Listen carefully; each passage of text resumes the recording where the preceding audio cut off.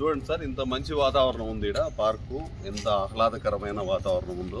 మంచి నీడ ఉంది, చెట్లు ఉన్నాయి, ఒక నాగల కట్ట ఉంది, ఇందులో వాటర్ ట్యాంక్ ఉంది.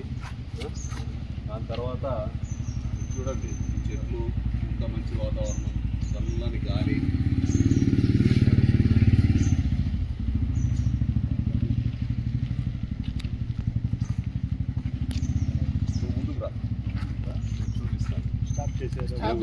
అద్భుతంగా చెట్లు కొంచెం అద్భుతంగా రాసినారు. చల్లని వాతావరణము, ఎంత మంచి చెట్లు ఉన్నాయి. ఒక ధ్యాన కేంద్రం ఉంది ఇందులో.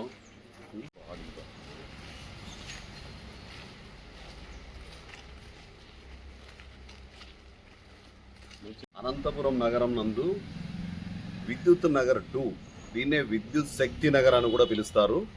ఇక్కడ మంచి ఆహ్లాదకరమైన వాతావరణంలో వాటర్ ట్యాంక్ కూడా ఉంది, చెట్లు, పచ్చని చెట్లు ఉన్నాయి. 24 hours వాటర్ ఫెసిలిటీ కూడా ఉంది. అందులో మంచి బిల్డింగ్ ఉంది. ఈ బిల్డింగ్లో లైబ్రరీ కూడా ఉంది. ఈ కాలనీ చుట్టుపక్కల కాలనీ వాసులందరూ ఈ లైబ్రరీని వినియోగించుకోండి.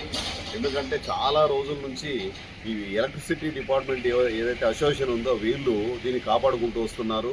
ఈ అసోసియేషన్ వాళ్ళే చందాలతో కొంచెం ఈ లైబ్రరీని కూడా తీసుకొని వచ్చి వాళ్ళని దీన్నంతా సంస్థనంతా అభివృద్ధి చేస్తున్నారు. మంచి చెట్లు పెంచినారు. ఇక్కడ మంచి వాతావరణం ఉంది.